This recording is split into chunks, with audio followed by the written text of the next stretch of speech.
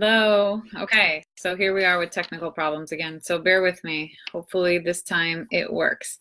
So tonight we are going to continue the discussion surrounding technology and parenting and the struggle that we all find ourselves in at some point with maybe trying to rein in our children from their need to be on their iPads, their iPods, their video game consoles, or TV, that trying to break them of that need to just be always entertained with a screen or something that can pull in their interests, that keep them just entertained at all times. You know, the thing is that before, screen time, meant something different. Nowadays, it's a whole new world of screen time, right? Because screen time can't just be literally like, oh, just on your phone, just on your device. Because schools, education, it's all surrounding your laptop, iPad, trying to do research, doing homework, using the apps that schools use to help children learn and to grow in their knowledge with their, English skills and spelling and reading and math, all these different apps. So a lot of their education is actually on a screen. A lot of schools have iPads for all of the kids for them to be learning on. So more it comes down to focus of the entertaining value, the being on the phone or the iPad or the gaming consoles for pure entertainment, for just getting that that feedback, that encouragement from social media or games or apps that you're using, communicating with other people, Messenger, all of these different platforms. That's really, I think, where the biggest struggle is. I don't think anyone out there is really balking at the idea that their child can read their library book on their Kindle, or that their child, their first grader, is doing a math app and learning addition and subtraction. It's more for the times that they're just playing games and being entertained in social media that causes the biggest concern. So the struggle is that not every house is the same. Everyone has different values and thoughts around screen time and what is good and not for their family. So there's really no one right answer. Everyone has to decide for their family culture what works best for them. But across the board with some research, there are some numbers that they do suggest that would be beneficial just for developmental issues or concerns that could arise from screen time and just, psychological effects that it could have. So what they found is that 18 months old or younger should not have any screen time, 0. And that can seem a little shocking because I think even children at 18 months old know how to use their parents' phone to watch, their PBS app or play a game or to just be entertained, but they're saying that 18 months and younger should not have any screen time. Again, I mean, how many kids have watched PBS, right? Watching cartoons on the TV. So there's definitely some argument there, I think, with parents and across the board there. And then 2 to 5 years old, they say 1 hour per day would be a healthy amount of time for screen time for children of that age. And then 6 years and older is really at the parent's discretion. So that makes it very vague. So those of you who are looking for more concrete answers of what should be that magic number that you have your children watching TV or being on their screens or devices, it's really not going to have an answer for you in that, so there's really no right answer. But there's some guidelines that we can talk about that would be helpful for maybe you to implement in your home in regarding your child's screen time. So one thing we have to remember is that, parents are a child's main role model, right? So it's kind of the old saying, practice what you preach. So when you're trying to tell your child to put down the device and then they see you with your nose in your iPad or laptop or phone all the time, it's kind of hard for them to understand why they have to.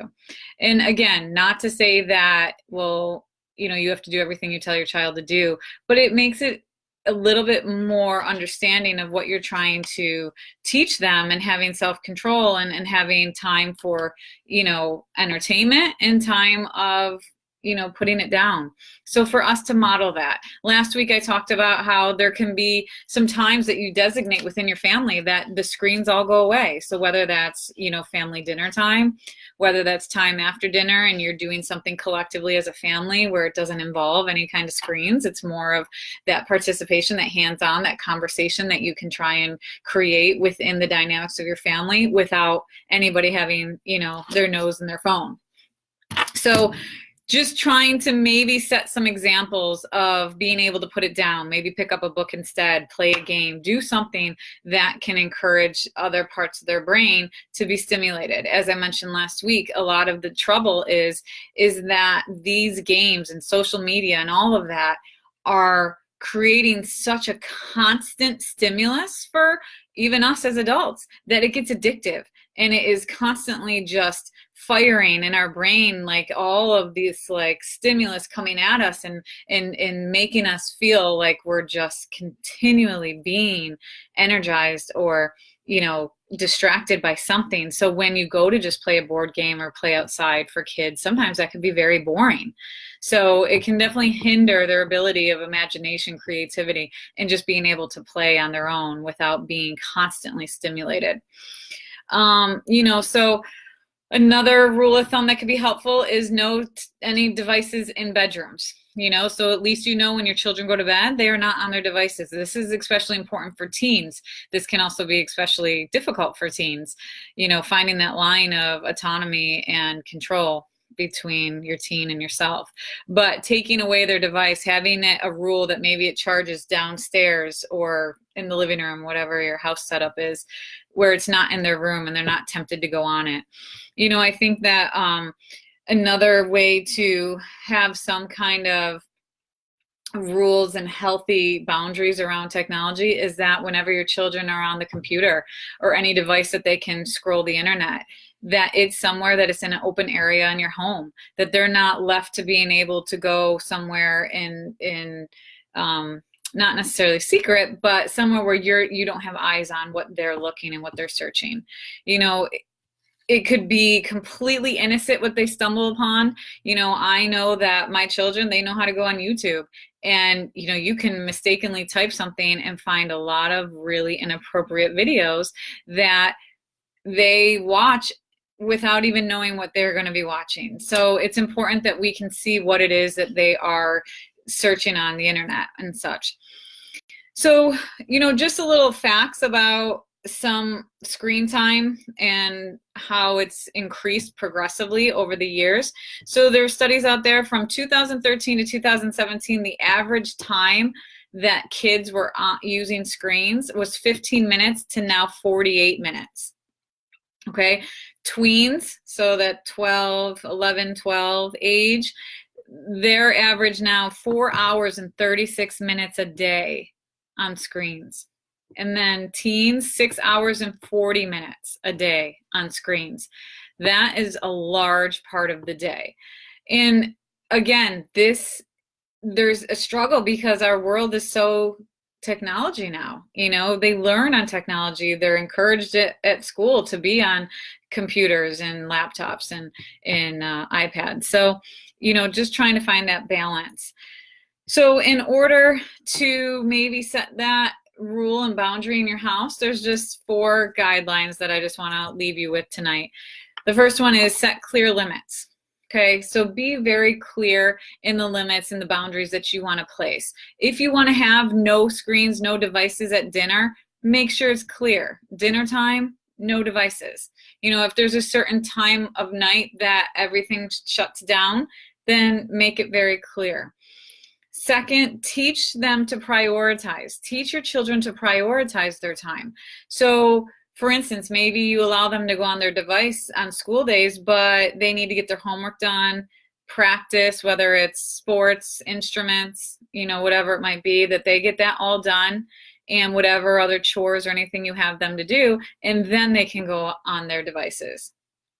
Third, practice what you preach. We've already kind of talked about that, but try and be the example of being able to prioritize your screen time and to show them that you have time where you're not on your device all the time as well. Children absolutely pick up on that, and they know when you're on your phone and half listening to them, right? And engaging with them while you're still on your device. So practice what you preach.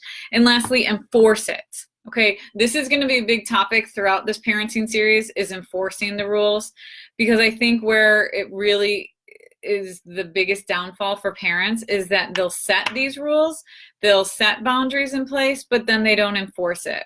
So I think that's where the frustration comes in, because they see that their children aren't really obeying what the rules they already set, but not realizing that sometimes you let it slide. Sometimes it's just easier to just let them go on the iPad.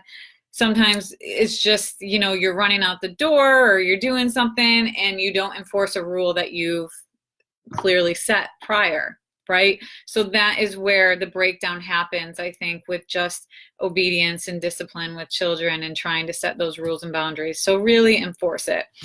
And those were the 4, but I just want to add a bonus one on here, is that what I think is most important for children is that they're encouraged. And they're not always feeling like they're being punished or yelled at or things taken away. So one thing that can be really helpful is that utilize their desire to be on their screens.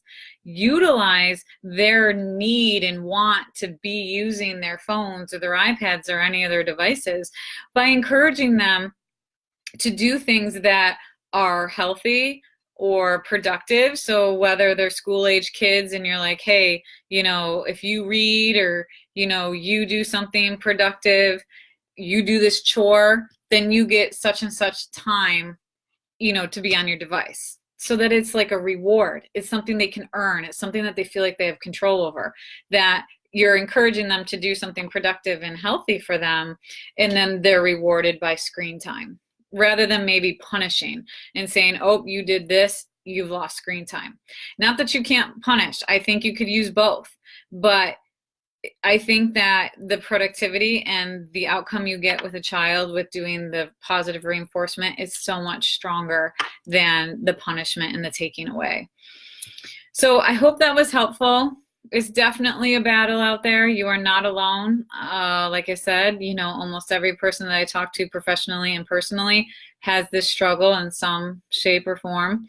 You know, whether you have a 2-year-old, a 10-year-old, or a 17-year-old, you know, it's a battle with screens and devices.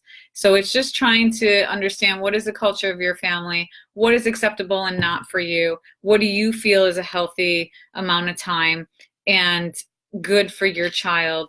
And how do you implement that into your family structure, your daily routine? What does that look like? So something to maybe have a family meeting about, to have discussion about, to maybe pull in the kids and talk to them about it, and making it something that the family decides together. That's just another thought as well. So that's really my rest of what I wanted to talk about technology. Of course, it could go on and on and on, but I just wanted to leave you with that. Next week, we are going to cover the topic of whining, the lovely whine of our children. So I look forward to seeing you guys next week. I hope you have a great night, and I'll talk to you then. Bye.